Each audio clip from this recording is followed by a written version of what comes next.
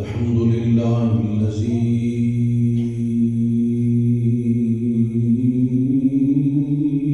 لم يزل عالما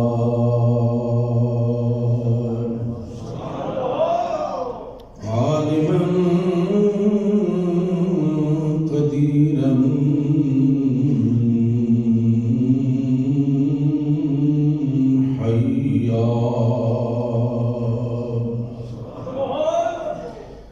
حيا قيوما سميعا بصيرا والصلاة والسلام على من أرسله بالحق بشيرا ونذيرا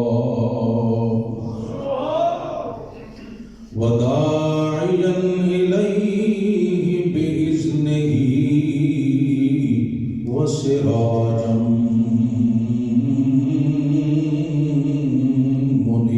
منيرا وعلى آله وأصحابه كثيرا كثيرا أما بعد فأعوذ بالله من الشيطان الرجيم بسم الله الرحمن الرحيم ورتل القرآن ترتيلا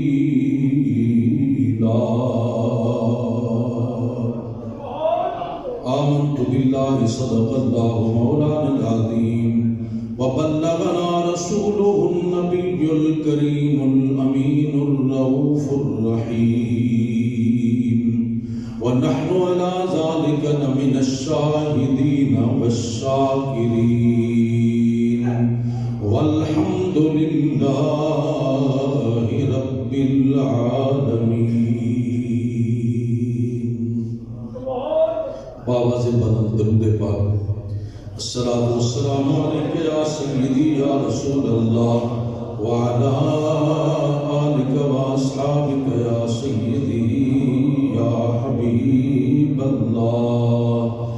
الصلاۃ والسلام علیک یا سیدی یا نبی اللہ وعلی آلک واصحابک یا سیدی یا حبیب اللہ.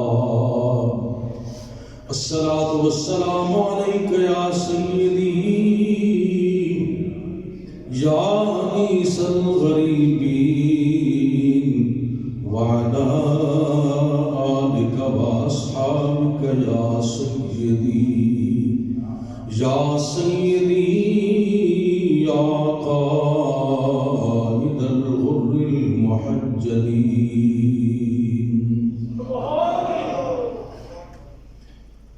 اتر کر ہیرا سے سوئے قوم آیا اور ایک نسخہ کیمیا ساتھ لایا. مسے خام کو جس نے کندن بنایا کھرا اور کھوٹا الگ کر دکھایا. رہا ڈر نہ بیڑے کو موجے بلا کا ادھر سے ادھر پھر گیا رخ ہوا کا. انتہائی عزت و وقار کے لائق استاذ المکرم استاذ العلماء شیخ الحدیث قبلہ عبد الرزاق صدیقی صاحب مدظ اللہ العالی شیخ الحدیث دارالعلوم محمدیہ غوثیہ بیگا شریف، انتہائی محبتوں کے لائق برادر مکرم عزت مآب حافظ محمد صابر ایوب صاحب نقشبندی زیدہ مجدو، انتہائی پیار کے لائق حضرت علامہ مولانا زبیر اسلم چشتی صاحب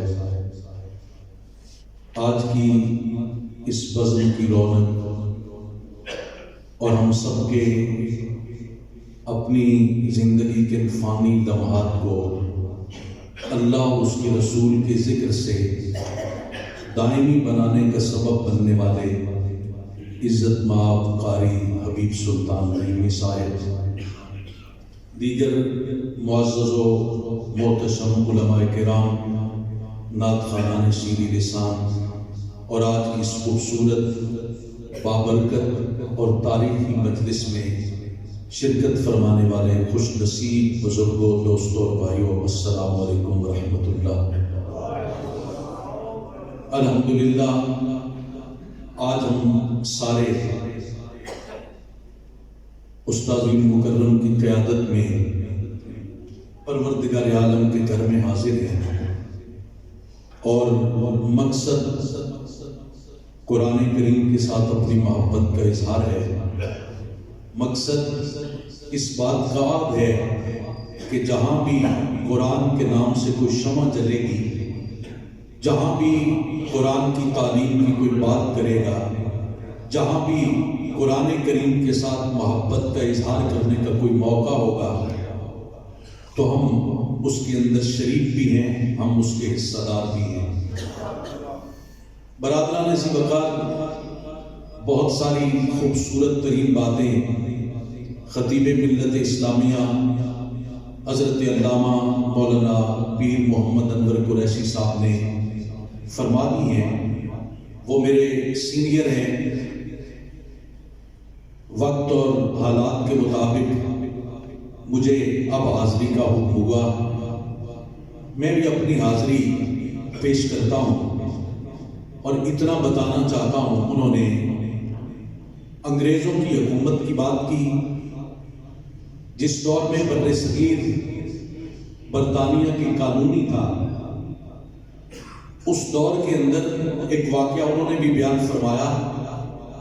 اسی دور کا ایک واقعہ میری نظروں سے بھی گزرا کہ ایک انگریز اسی پلاننگ اور اسی منصوبہ بندی کو اپنے آفس میں بیٹھ کر افسر کی حیثیت سے اپنے ایک ماتحت مسلمان کو، جو بر صغیر کا رہنے والا تھا، جو معاشی طور پہ کمزور تھا، علمی طور پہ کمزور تھا، اس انگریز افسر کا ماتحت تھا، اسے فخری انداز میں اس نے کہا کہ ان قریب ایسا وقت آنے والا ہے کہ تمہیں قرآن مقدس جو اب تم پڑھتے ہو یہ مارکیٹ سے نہیں ملے گا۔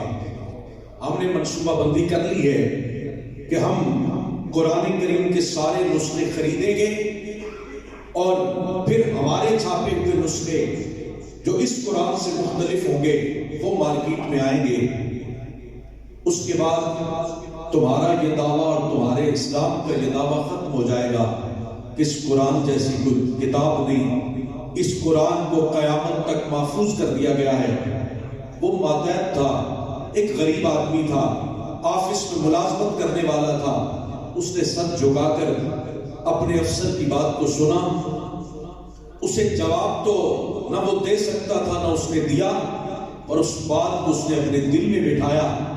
تھوڑا سا عرصہ گزرا، اس نے بڑی عاجزی انکساری سے اپنے افسر کو دعوت دی کہ جناب آپ میرے گھر آئیں، میں آپ کی دعوت کرنا چاہتا ہوں، میں آپ کو کھانا کھلانا چاہتا ہوں۔ افیسر نے دعوت قبول کر لی، اس کے گھر آیا، اس نے اپنی بساط کے مطابق کھانا کھلایا۔ جب کھانا کھلا چکا تو اپنا چھوٹا سا معصوم بچہ اس نے بلایا اور بلا کے اپنے بچے کو کہا کہ یہ میرے افسر ہیں، یہ میرے صاحب ہیں، میں ان کے پاس ملازمت کرتا ہوں، ذرا ان کے سامنے قرآن مقدس کی کچھ آیات کی تلاوت کر دے۔ اس نے قرآن کی آیات کی تلاوت کی۔ وہ غریب ملازم، اس کی آنکھوں سے آنسو رواں تھے مگر دل میں انتقام کا جذبہ بھڑک رہا تھا۔ اس نے اس بچے کی تلاوت قرآن کے بعد اپنے افیسر کو مخاطب کیا، سر آپ نے کہا تھا ہم قرآن کے نسخے ناپید کر دیں گے، ہم قرآن کو اس دنیا سے اٹھا لیں گے پھر قرآن تمہیں نہیں ملے گا۔ میں آپ کو یہ بتانے کے لیے دعوت کر رہا ہوں کہ قرآن کے نسخے تو تم اٹھا سکتے ہو، امت مسلمہ کے ان بچوں کا تم کیا کرو گے؟ ان بچوں کا تم کیا کرو گے جن کے سینے قرآن کی نور سے منور ہیں؟ برادران عزیز وقار، میں نے 2-3 باتیں آپ کے سامنے پیش کرنی ہیں۔ ایک تو یہ، جس طرح قبلہ قریشی صاحب نے فرمایا، اب بے شک اپنے بچوں کو ڈاکٹر بنانا چاہتے ہیں، رب ذوالجلال نے آپ کو موقع دیا، آپ کے پاس دولت دنیا موجود ہے، آپ ان کو ڈاکٹر بنائیں، انجینئر بنانا چاہتے ہیں بے شک بنائیں، ان کو عصری تعلیم دینا چاہتے ہیں بے شک دیں، پر اتنا ضرور بنا دیں، اتنی تعلیم ضرور دلوا دیں، اتنا ان کے ذہن کے اندر اور ان کے سینے کے اندر قرآن بھی نقش ضرور کر دیں بچپن کے اندر، کہ جب وہ ڈاکٹر بن جائے، جب وہ انجینئر بن جائے، جب وہ افسر بن جائے، جب وہ بڑا انسان بن جائے، جب وہ دنیا کا بہت بڑا تاجر بن جائے، تو وہ ایسا نہ ہو کہ تم دنیا سے رخصت ہو رہے ہو تو وہ گھر فون کرے کہ میرے بابا کی میت کو کسی سرد خانے میں رکھ دو، میں فرصت ملے گی تو آؤں گا اور آ کر اپنے بابا کی جنازہ کا اہتمام کرواؤں گا، بلکہ اور مرنے کے بعد وہ محلے کے امام کو تلاش کر رہا ہو، وہ کسی مدرسہ کا رخ کر کے مدرسہ کے بچوں کو ڈھونڈ رہا ہو کہ اب مجھے کوئی ملے جو آ کر میرے بابا کی قبر پر قرآن کی تلاوت تو کر دے، کوئی آئے جو میرے کھانا پر قرآن کی آیات کی تلاوت کر کے ایصال ثواب کی دعا تو کر دے۔ وہ ایسا ضرور ہونا چاہیے کہ تو دنیا سے رخصت ہو رہا ہو تو وہ رب کریم کی بارگاہ میں یہ عرض کر رہا ہو، ربنا اغفر لی ولوالدی، مالک مجھے بھی معاف کر دے، میرے ماں باپ کو بھی معاف کر دے۔ اور یہ بات، یہ دعا شاید آپ کو اور اکثر لوگوں کو مختصر سی لگے، عام سی بات محسوس ہو، میرے استاد کریم شیخ الحدیث ہیں، میں آپ کے فیضان سے ہی آپ کے سامنے جسارت کر رہا ہوں۔ آپ ذرا ان سے پوچھئے کہ حدیث طیبہ کی کتابیں کیا کہتی ہیں؟ میرے کریم آقا صلی اللہ علیہ وسلم نے فرمایا، ایک بندہ معصوم سے بچے کو دنیا میں چھوڑ کر اس جہان فانی سے رخصت ہو جائے گا، فوت ہو جائے گا اور وہ گناہگار ہوگا، قبر میں دفن کرنے کے بعد اس کو عذاب قبر میں مبتلا کر دیا جائے گا، کچھ عرصہ گزرے گا، اس کے اس معصوم بچہ اس قابل اور اس لائق ہو جائے گا، جب اس کی تعلیم کا آغاز کروایا جائے تو اس بچے کو کسی قاری قرآن کے پاس بھیجا جائے گا، کسی حافظ قرآن کے پاس بھیجا جائے گا، قرآن کی تعلیم کا آغاز کروایا جائے گا، وہ قاری قرآن اس بچے کو پڑھائے گا، بسم اللہ الرحمن الرحیم یہ کلمہ محبت وہ بچہ اپنی زبان سے ادا کرے گا، رب ذوالجلال فرشتوں کو فرمائے گا، اے میرے بندے کو قبر میں عذاب دینے والے فرشتوں ذرا رک جاؤ، میرے بندے کی قبر سے عذاب کو ہٹا لو۔ مالک کیا ہوا؟ عمل کا زمانہ ختم ہو گیا، پروردگار یہ دنیا میں گناہ کر کے آیا، اس کی خطائیں زیادہ ہیں، اس کے قصور زیادہ ہیں، اس کے گناہ زیادہ ہیں، کیا وجہ ہے؟ اس کی قبر سے اٹھانے، عذاب کو اٹھانے کا حکم کیوں دیا؟ رب کعبہ فرمائے گا تمہیں پتہ نہیں ہے اس کا معصوم بچہ دنیا میں مجھے رحمان اور رحیم کہہ کے پکار رہا ہے، میری رحمت کو حیا آتی ہے، اس کا بچہ تو مجھے رحمان بھی کہے رحیم بھی کہے اور میں اس کو عذاب میں مبتلا کروں، جاؤ میں نے اپنی رحمانیت اور رحیمیت کے صدقے اس کی قبر سے عذاب کو اٹھا لیا۔ دوسری بات، آج جس دور میں ہم زندگی گزار رہے ہیں نا، ابھی ہماری اس مجلس میں عمر رسیدہ بزرگ موجود ہیں، وہ اس بات کی تائید کریں گے، ہم نے انہی کی زبان سے سنا، کچھ حالات دیکھنے کا موقع بھی ملا مگر پہلے کے حالات کو سنا۔ آج ایک سوال پیدا ہوتا ہے ذہن میں کہ ایک دور تھا آپ کو قرآن پڑھانے والا بندہ کوئی نہیں ملتا تھا، آپ کو کوئی مدرسہ نہیں ملتا تھا، مسجد میں کوئی قاری موجود نہیں ہوتا تھا جو صحیح تلفظ کے ساتھ قرآن کو پڑھا سکے، گھروں میں کوئی خواتین خال خال کہیں ملتی تھی، میری والدہ ماجدہ ان کی قرآن کریم ان کے ساتھ پڑھنے والی ایک میری خالہ، اب بھی وہ زندہ ہے، اللہ تعالیٰ ان کو صحت و سلامتی اور عافیت کے ساتھ عمر دراز نصیب فرمائے۔ ان کا تعلق بلال آباد کے ساتھ ہے۔ ان کے خاندان کے استاد آپ کے سامنے حافظ محمد اقبال صاحب بیٹھے ہیں، ان کے بزرگوں کے پاس ان دونوں نے قرآن پڑھا، میری والدہ نے بھی اور اس خالہ نے بھی۔ اس قرآن ایک استاد کے پاس پڑھنے کی وجہ سے ان کے مرنے تک ان کے سگی بہنوں سے زیادہ تعلقات موجود رہے، اور اب بھی میرے نزدیک وہ اس طرح ہے جس طرح میری ماں کی وہ سگی بہن ہے۔ یعنی کہیں کہیں کوئی قرآن پڑھانے والا بندہ ملتا تھا، لوگ دور دراز کا سفر کر کے کوئی بندہ جاتا تھا جو قرآن پڑھتا تھا، اور ان کی عمر کے بہت سارے خواتین اور مرد ناظرہ قرآن بھی نہیں پڑھ سکتے، اکثریت نہیں پڑھ سکتی۔ بڑے خوشبخت ہوتے تھے وہ لوگ۔ آج بھی میرے ایک عزیز رشتہ دار جنہوں نے اپنے زمانے کے اندر قرآن پڑھا تھا، صرف ناظرہ قرآن پڑھنا جانتے تھے اور لوگ ان کو مولوی کہتے تھے، وہ قرآن ناظرہ پڑھ لیتے ہیں۔ کہیں کہیں قرآن پڑھانے والا بندہ ملتا تھا اور اکثریت قرآن ناظرہ بھی نہیں پڑھ سکتی تھی۔ آج مساجد کے اندر بھی قرآن پڑھنے کا اہتمام ہے۔ آج مدارس بھی اتنے بڑے بڑے بن گئے ہیں کہ یونیورسٹیوں سے بڑے مدارس موجود ہیں۔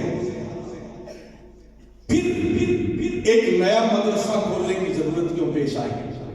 پھر آپ کی مسجد میں یہ اہتمام کرنے کی ضرورت کیوں پیش آئی؟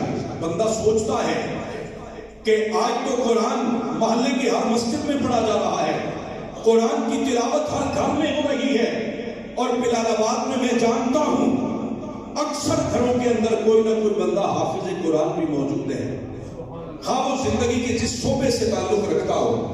تو آج ایک نیا مدرسہ کھولنے کی ضرورت کیوں پیش آئی، یا نئے مدارس بنانے کی ضرورت کیوں ہے؟ اس کی وجہ یہ ہے اس دور کے اندر قرآن پڑھانے والے کم تھے پر قرآن سے محبت کرنے والے زیادہ تھے۔ اس دور میں اس قرآن کی گہرائی میں کیا تھا؟ قرآن مجھے کہنا کیا چاہتا تھا؟ قرآن کا تقدس کتنا تھا؟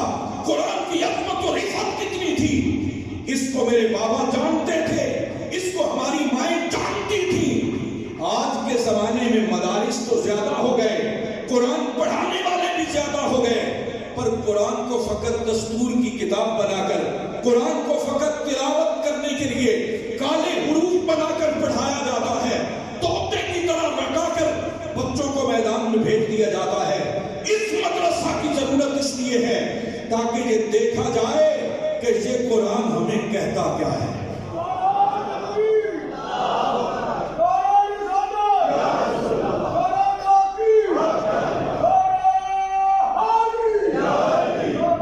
برادران ایسی وقت بڑے بڑے مدرسے موجود ہیں، ہمارے آس پاس موجود ہیں، ہماری نظروں کے سامنے موجود ہیں، بڑے بڑے اچھے ماحول بھی میسر ہیں، پر ایک چیز کی کمی ہوتی جا رہی ہے۔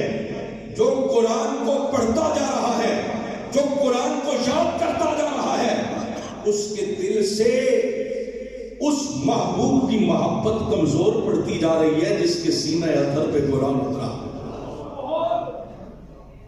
آج ضرورت ہے قرآن کو فقط آئین کی کتاب بنا کے نہ پڑھا جائے، قرآن کو فقط اس کے جملوں کو رٹ کر اپنے دماغ میں محفوظ نہ کیا جائے، بلکہ یہ دیکھا جائے کہ انجیل کی بات ہو رہی تھی، تورات ہے، زبور ہے، رب ذوالجلال نے نازل کی، اور یہ قرآن بھی پروردگار عالم نے عطا کیا ہے، پر جس طرح ان کے اترنے اور نازل ہونے کے انداز میں فرق ہے نا، اسی طرح ان کے پڑھنے میں بھی فرق ہونا چاہیے۔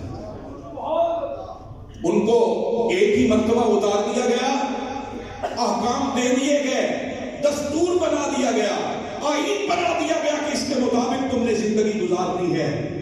قرآن ہمیں یوں نہیں ملا، قرآن تو ہمیں یوں ملا ہے کہ سرکار چادر اوڑھ کے سوئیں تو قرآن بن جاتا ہے، سرکار اپنے اپنے بستر میں اضطراب فرما ہو جائے قرآن بن جاتا ہے. آمنہ کا لال اپنے بالوں پہ تیل لگائے تو قرآن بن جاتا ہے. سرکار کنگھی کر لے تو قرآن بن جاتا ہے. آمنہ کا لال رخ زیبا کو سوار کے نکلے رب قسمیں اٹھاتا ہوا نظر آتا ہے. آج ضرورت اس بات کی ہے کہ بتایا جائے قرآن نے والضحیٰ کیوں کہا ہے, واللیل اذا سجا کیوں کہا ہے, قرآن کہنا کیا چاہتا ہے. ذرا یہ مجھے کوئی بتائے تو صحیح نا کہ قرآن 23 سال 22 سال اور کچھ ماہ لگے 10 ماہ کے قریب کا عرصہ لگا قرآن کے اترنے میں. رب ذوالجلال نے اس کو ایک ہی مرتبہ کیوں نہیں اتار دیا. آپ پڑھیں, آپ کو علماء بتائیں گے, آپ کو حدیث بتائیں گی, آپ کو رب ذوالجلال کے قرآن کے ارشادات بتائیں گے کہ قرآن فقط آئین و دستور نہیں ہے, اس میں احکام والی فقط 500 کے لگ بھگ آیات ہیں. باقی ساری آیات یا آمنہ کے لال کی عظمت کو بیان کرتی ہیں, یا حسن کو بیان کرتی ہیں, یا کمال کو بیان کرتی ہیں, یا پھر سرکار کے دشمن کے زوال کو بیان کرتی ہیں. اور میرے شیخ کریم, میرے مرشد کریم, میرے استاد کریم حضرت ضیاء الامت جسٹس پیر محمد کرم شاہ نظری رحمۃ اللہ علیہ, جنہوں نے قرآن کی تفسیر ضیاء القرآن کے نام سے لکھی, جس کے ہر لفظ سے قرآن کے اعجاز کا پتہ چلتا ہے, جس کی ہر شرح سے حضور نبی رحمت صلی اللہ علیہ وسلم کا حسن دکھائی دیتا ہے, جس کی ہر سطر سے محبت رسالت مہام کا پیغام ملتا ہے. آپ فرماتے ہیں عزیز طلبہ, یہ مت سوچئے گا کہ تم قرآن کے صحیفہ کو کھولو گے تو یہ تمہارے ساتھ کلام کرنا شروع کر دے گا. یہ مت سمجھیے گا کہ قرآن تمہیں اپنے راز بتائے گا. یہ قرآن سب حسینوں سے زیادہ حسین ہے. اس میں حسن بھی ہے, اعجاز بھی ہے, اور یہ اپنے حسن پہ پردہ ڈال کے رکھتا ہے. یہ اپنا نقاب نہیں ہٹاتا, یہ اپنے منہ کو چھپا کے رکھتا ہے. اگر اس کے رخ سے نقاب ہٹانا چاہتا ہے تو آمنہ کے لال کے دروازے پہ حاضر ہو. آپ فرماتے تھے جتنا کوئی سرکار سے قرب زیادہ رکھتا ہے نا, اتنا اسے قرآن زیادہ سمجھ آتا ہے. جتنا کسی کا تعلق نبی کریم علیہ السلام کے ساتھ زیادہ ہے, اتنا ہی وہ قرآن کا بڑا عالم ہے, اتنا ہی قرآن اپنے راز اس کے سامنے کھول کے رکھ دیتا ہے, اتنا ہی قرآن اپنے گھونگھٹ اس کے سامنے سے اتارتا چلا جاتا ہے. برادران ذی وقار, اس پر خوبصورت ترین دلیل جو حضرت علی المرتضیٰ حیدر کرار, جن کو میرے اور آپ کے کریم آقا صلی اللہ تعالی علیہ وسلم نے باب العلم کہا ہے, انا مدینۃ العلم وعلی بابھا, سرکار نے فرمایا میں علم کا شہر ہوں اور علی اس شہر کا دروازہ ہے. حضرت علی المرتضیٰ حیدر کرار کی روایت ہے. آپ فرماتے ہیں جب قرآن کی آخری آیت نازل ہوئی نا, الیوم اکملت لکم دینکم واتممت علیکم نعمتی وردیت لکم الاسلام دینا, حجت الوداع کا موقع تھا, یہ آیت نازل ہوئی, سرکار نے تلاوت فرمائی, صحابہ کرام ایک دوسرے سے معانقہ کر رہے تھے, ایک دوسرے سے مل رہے تھے, مصافحہ کر رہے تھے, مبارک باتیں دے رہے تھے. لو آج وہ اسلام مکمل ہو گیا جس کی خاطر ہم نے مکہ کی زمین کو چھوڑا تھا. آج اس قرآن کی تکمیل ہو گئی جس قرآن کی خاطر ہم نے اپنی زمینوں کو, اپنی جائیدادوں کو, اپنے کاروبار کو, اپنے رشتہ داروں کو چھوڑا تھا. آج وہ قرآن مکمل ہو گیا جس کی خاطر مکہ میں رہ کے سرکار نے مکہ والوں کے ظلم اور ستم برداشت کیے. گویا جشن تکمیل قرآن ہوا ہے, صحابہ مل رہے ہیں, گلے مل رہے ہیں, مبارکبادیاں دے رہے ہیں. حضرت علی المرتضیٰ فرماتے سارے بڑے خوش تھے. میں نے دیکھا ایک جانب کھڑے جناب ابو بکر صدیق نے سر جھکایا ہوا تھا, آنکھوں سے آنسو روا تھے. میں ڈرتے ڈرتے جناب صدیق اکبر کے پاس گیا, میں نے کہا جناب ابو بکر آج تو خوشی کا دن ہے, آج تو قرآن کی تکمیل کا دن ہے, آپ رو رہے ہیں, آپ پریشان ہیں. تو جناب صدیق اکبر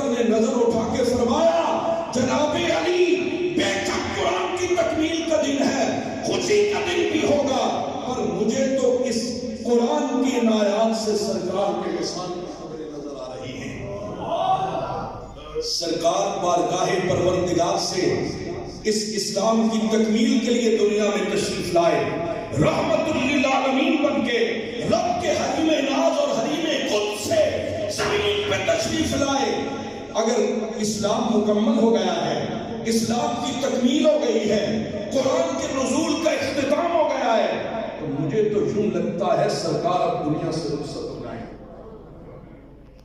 حضرات گرامی، حضرت علی المرتضیٰ حیدر کرار فرماتے ہیں تھوڑا ہی عرصہ گزرا، یہ حج حجت الوداع ثابت ہوا، آخری حج ثابت ہوا، سرکار اس جہان فانی سے پردہ فرما گئے۔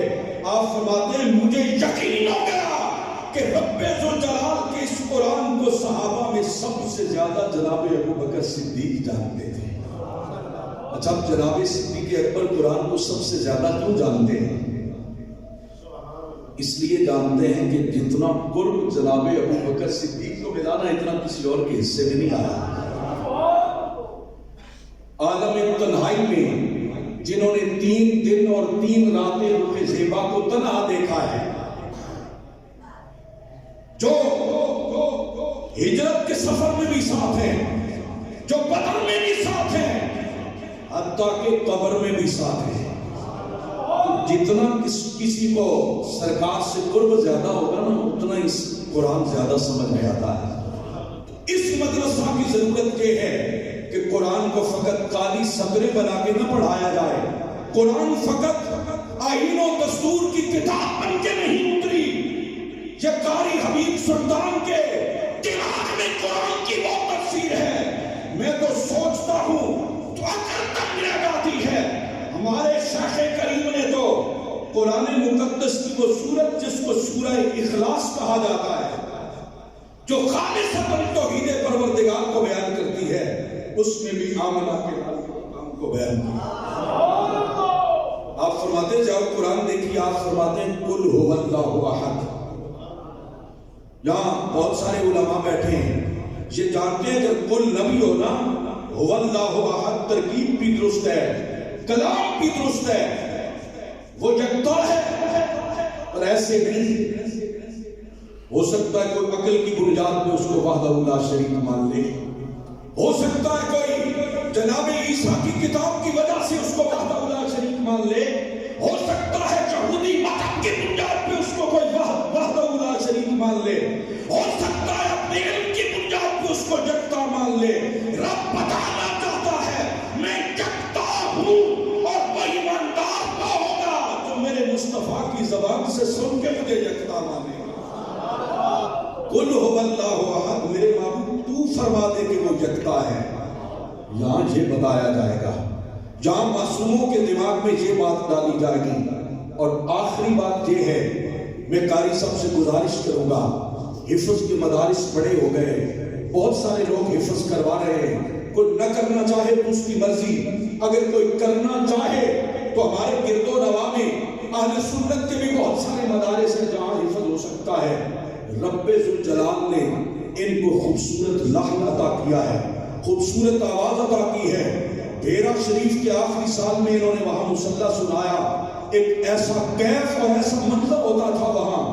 میں تو یہ خواہش رکھتا ہوں، اور آتے ہوئے میں نے اپنے استاد گرامی کی خدمت میں بھی عرض کیا کہ قاری حبیب سلطان صاحب کو تو یہاں اس قرآن کو صحت کے ساتھ پڑھنے کا جو انداز ہے وہ دینا چاہیے، اور اس پر قرآن نے دلائل بھی دیے ہیں۔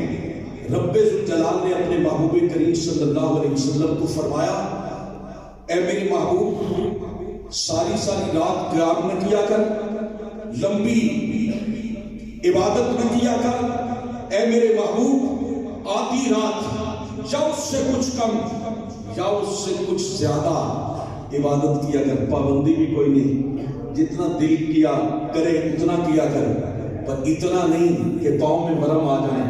ہاں ایک کام رب ذوالجلال نے فرمایا کرنا ہے، وہ ہے ورتل القرآن ترتیلا، قرآن کو ترتیل کے ساتھ پڑھا کر، قرآن کو ٹھہر ٹھہر کے پڑھا کیجئے، قرآن کو لفظی اور مانوی محاسن کو سامنے رکھ کے پڑھا کیجئے۔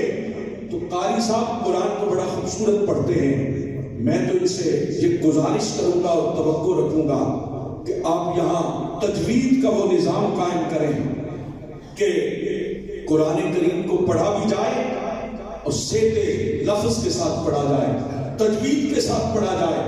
قرآن مقدس جس طرح رب ذوالجلال چاہتا ہے کہ میرا محبوب پڑھے، اس سنت پر عمل کرتے ہوئے قرآن کو پڑھنے پڑھانے کا سلسلہ قائم کیا جائے۔ آج تجوید کے ساتھ قرآن کو پڑھنے کی بڑی ضرورت ہے۔ لوگوں کے قرآن کے الفاظ پڑھنے کے انداز کو درست کرنے کی ضرورت ہے۔ تو یہاں یہ خود چونکہ قرآن کو بہت خوبصورت پڑھتے ہیں، تجوید کے ساتھ پڑھتے ہیں، تو ہم توقع کرتے ہیں کہ یہ ادارہ ایک خوبصورت اضافہ ہوگا کہ یہاں فقط رٹے رٹائے قرآن کی آیات پڑھنے والے طلبہ نہیں ہوں گے، یہاں وہ خوبصورت لحن کے ساتھ قرآن پڑھنے والے قاری ہوں گے جو قرآن پڑھ رہے ہوں گے تو یوں محسوس ہوگا کہ یہ بھی نازل ہو رہا ہے۔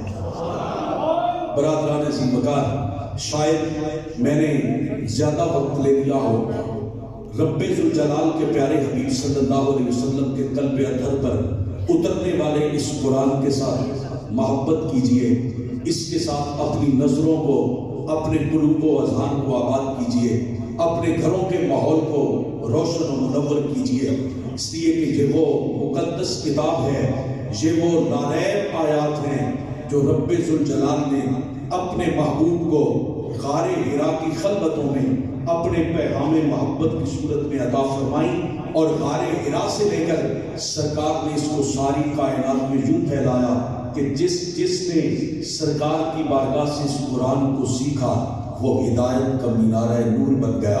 دعا ہے مالک اس ادارے کو ترقیاں نصیب فرمائے، اس کے قیام میں، اس کے ترقی میں جو چیز رکاوٹ بنے مالک اس کو اپنی رحمت کے صدقے دور فرمائے، اور ہم سب کو قرآن کے ساتھ وہ عشق عطا فرمائے جو حضور نبی رحمت صلی اللہ علیہ وسلم کے صحابہ اور اہل بیت کو قرآن کے ساتھ ہے اور تھا۔ آمین بجاہ طٰہٰ و یاسین، وآخر دعوانا ان الحمد للہ رب العالمین۔